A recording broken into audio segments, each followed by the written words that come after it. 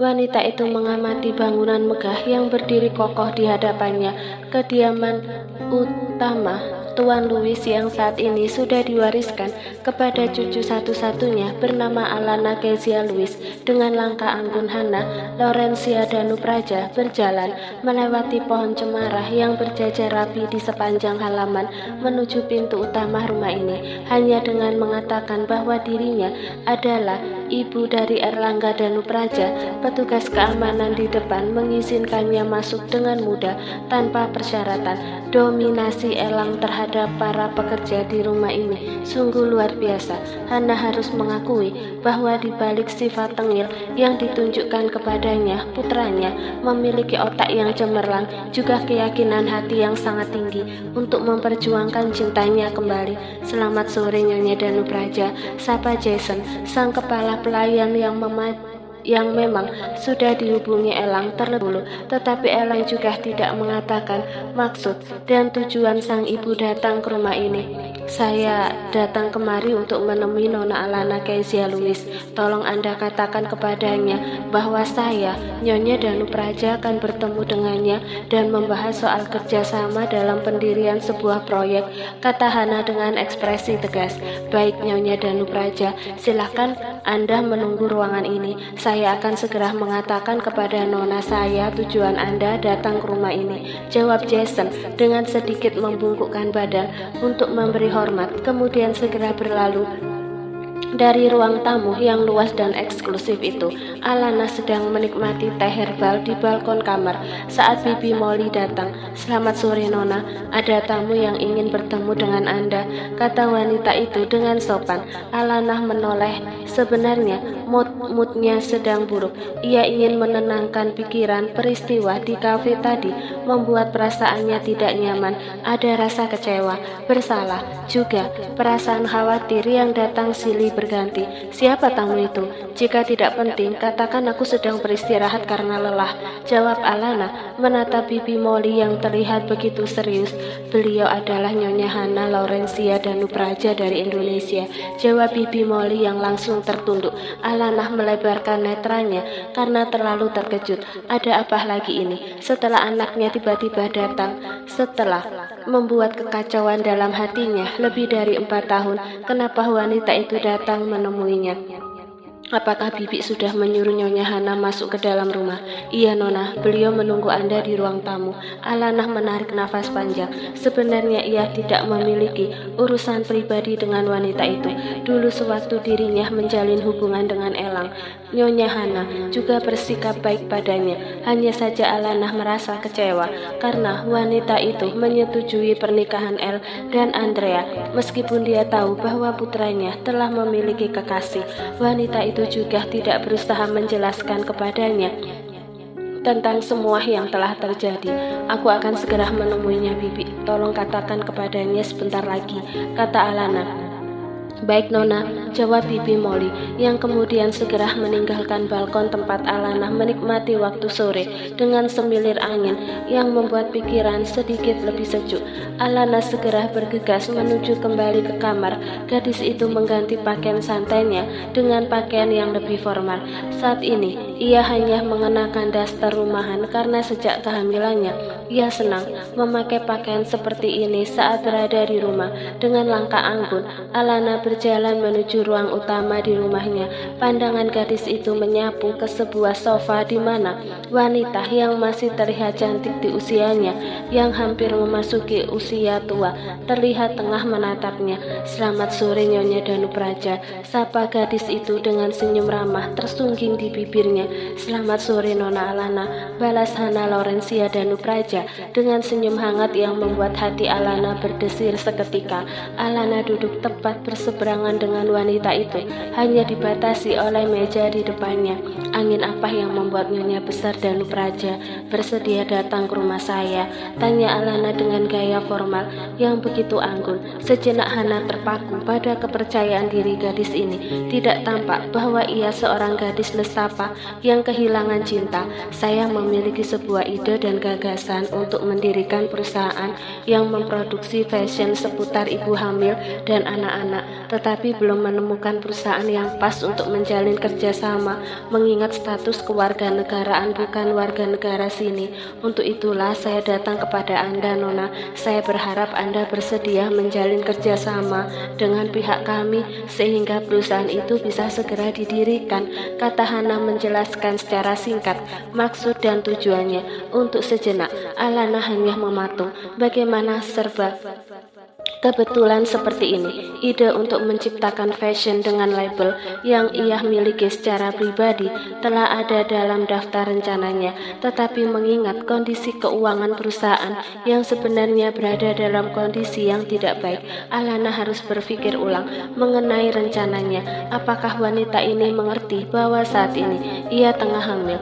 Rasanya tidak mungkin, meskipun Felix adalah sahabat Elang, tetapi Alana yakin bahwa Felix tidak akan membocorkan rencananya kepada pria itu, meskipun nantinya semua orang akan melihat bahwa Alana Kezia Louis tengah hamil tanpa menikah. Sebenarnya saya tertarik dengan kerjasama yang Anda tawarkan, apalagi hal tersebut sudah berada dalam angan-angan saya, tetapi kita membutuhkan waktu untuk berpikir ulang bagaimana kerjasama ini nantinya akan terrealisasikan. Memasarkan brand baru bukanlah hal yang mudah. Kita memerlukan tim marketing yang bisa menarik di pasaran dan target pasar yang akan kita sepakati. Perusahaan King Louis Company merupakan perusahaan yang besar yang memiliki nama di benua ini. Rasanya tidak akan sulit membuat dan menciptakan brand atas nama King Louis. Orang pasti akan langsung mengenalinya sebagai brand yang memiliki kualitas istimewa karena dimiliki oleh pemimpin yang luar biasa istimewa, kata Hana dengan senyum penuh maksud. Langkah ini akan ia ambil untuk mempermudah pertemuan Elang dan gadis ini kepadanya. Hana tidak dapat mempercayai kemampuan putranya untuk membuat rencana secara terang-terangan melakukan pendekatan kepada gadis ini. Meskipun perusahaan yang saya miliki merupakan perusahaan yang besar, tetapi saya memiliki keinginan untuk menciptakan produk fashion yang bisa dinikmati oleh kalangan kelas bawah. Bahkan saya mengutamakan masyarakat kelas bawah yang menjadi target pasar produk ini, tetapi tentu saja dengan kualitas yang bisa dinikmati oleh kalangan kelas atas. Maka dari itu seharusnya Anda berpikir ulang mengenai kerjasama ini, karena dalam kerjasama ini saya lebih mengutamakan titik tujuan secara sosial daripada komersial, jawab Alana dengan keyakinan tanpa sedikit pun keraguan. Terpesona, itulah yang saat itu dirasakan oleh Hana saat mendengar kalimat yang diucapkan Alana. Dengan begitu lancar, gadis di hadapannya ini nyatanya adalah seorang malaikat yang berada di balik sosok yang keras dan arogan. Pantas saja putranya begitu tergila-gila dengan gadis ini. Saya sangat menyukai ide yang Anda katakan, Nona Alana. Sepertinya kita akan satu frekuensi mengenai hal ini. Saya juga memimpikan bahwa masyarakat kelas bawah bisa menikmati kemewahan dengan harga yang terjangkau. Apalagi ini menyangkut hal yang berkaitan dengan wanita dan anak-anak. Saya berharap izin untuk mendirikan perusahaan ini dipermudah karena tujuan utamanya adalah titik sosial. Baiklah Nyonya, untuk pembicaraan kali ini sepertinya cukup sampai di sini saja. Kita akan melakukan pertemuan berikutnya, tentu saja dengan menghadirkan asisten saya, juga beberapa orang penting yang akan mengurus proyek kerjasama ini. Apakah Nyonya ingin minum teh bersama saya? Tawar Alana dengan wajah bahagia. Terima kasih. Saya sangat bahagia mendengar tawaran Anda ini, jawab Hana dengan senyum lebar saat jalan menuju rencananya makin terbuka lebar.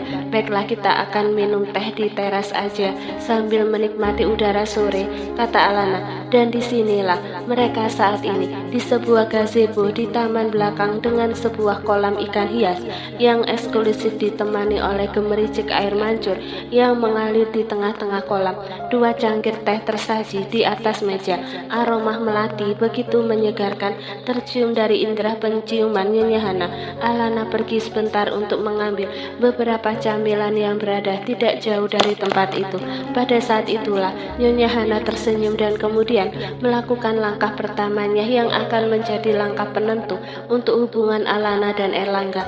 Rumah Anda sangat nyaman, Nona. Sepertinya saya juga memiliki ide seperti ini untuk membuat taman yang indah di kediaman saya di Indonesia, kata Nyonya Hana, kemudian meminum teh yang masih mengeluarkan kepulan asap di atasnya.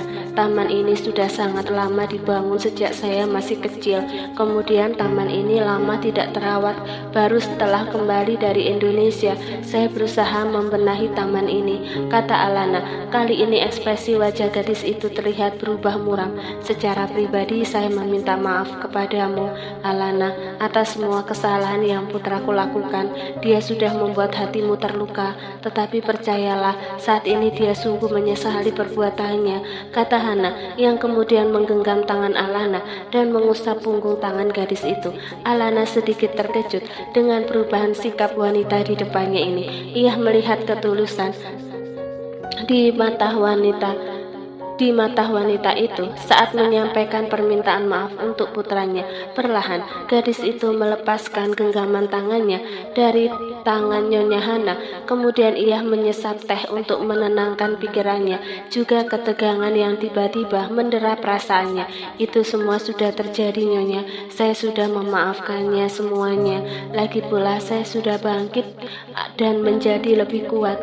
Maaf karena saat itu saya tidak sempat berpamitan kepada Anda, dan kali ini saya minta maaf, balas Alana dengan tulus. Ada kelegaan di dalam hati ketika kata maaf itu sama-sama mereka ucapkan. Mungkin dengan demikian beban di hati Alana untuk Elang pun bisa berkurang. Tiba-tiba Alana merasakan sedikit pusing di kepalanya. Gadis itu memijit keningnya dan berusaha menetralkan pandangannya yang mulai kabur. Nyonya Hana tersenyum. Wanita itu mengeluarkan sesuatu dari dalam tas yang ia bawa dan menyodorkan kepada Alana. Tolong tanda tangani kertas ini, karena saya akan segera memproses kerjasama kita dengan menghadirkan pengacara saya besok pagi, kata Hana menyodorkan berkas itu di depan Alana. Apakah harus sekarang, Nyonya? Saya belum melakukan apapun dan saya juga belum mempelajari tentang kerjasama itu ke depannya, balas Alana. Cukup percaya kepada saya, maka saya berjanji tidak akan membuatmu kecewa, Nona Al, kata Nyonya Hana seperti terkena sebuah mantra. Akhirnya dengan cepat Alana menandatangani berkas itu. Nyonya Hana tersenyum bahagia saat melihat gadis di hadapannya mulai kehilangan kesadaran. Wanita itu memanggil orang suruhannya untuk segera datang. Dua orang wanita membopong tubuh Alana ke dalam kamar gadis itu. Apakah Nona kami tidak apa-apa, Nyonya? Tanya Jason dan Bibi Molly yang melihat Nona muda mereka pingsan. Tidak, dia akan terbangun 1 jam mendatang dan melupakan apa yang telah terjadi. Lihatlah, saat ini tidak ada alasan baginya untukku juga Elang untuk menjaga Alana, karena mulai saat ini apa yang gadis itu lakukan akan menjadi tanggung jawab kami, kata Nyonya Hana menyodorkan berkas yang telah ditandatangani Alana ke hadapan mereka. Kejadian yang terjadi kali ini tidak dapat dilihat oleh putraku melalui kamera CCTV karena aku sudah menyuruh orang untuk mematikan seluruh CCTV-nya. Kalian jangan khawatir, semua ini tidak akan mengakibatkan keburukan. Percayalah bahwa apa yang kami lakukan demi kebahagiaan Nona kalian, kata Hana memberi pengertian. Kami mengerti, Nyonya, jawab Jason dan istrinya sambil mengangguk hormat. Tolong jaga menantuku dan pastikan asupan gizi yang masuk ke dalam tubuhnya memenuhi standar kesehatan. Mungkin aku akan segera kembali ke Indonesia. Kalian boleh menghubungi jika terjadi sesuatu. Aku menempatkan mata-mata untuk mengawasi Alana karena dia berhak mendapatkan fasilitas penjagaan sebagai menantu keluarga Danupraja. Setelah berkata demikian, Nyonya Hana Laurencia Danupraja segera meninggalkan kediaman Alana dengan membuka pintu rahasia di sisi ruang tamu rumah itu yang terhubung secara langsung dengan rumah putranya. Misi kali ini selesai dan tinggal melakukan misi lanjutan untuk Erlangga.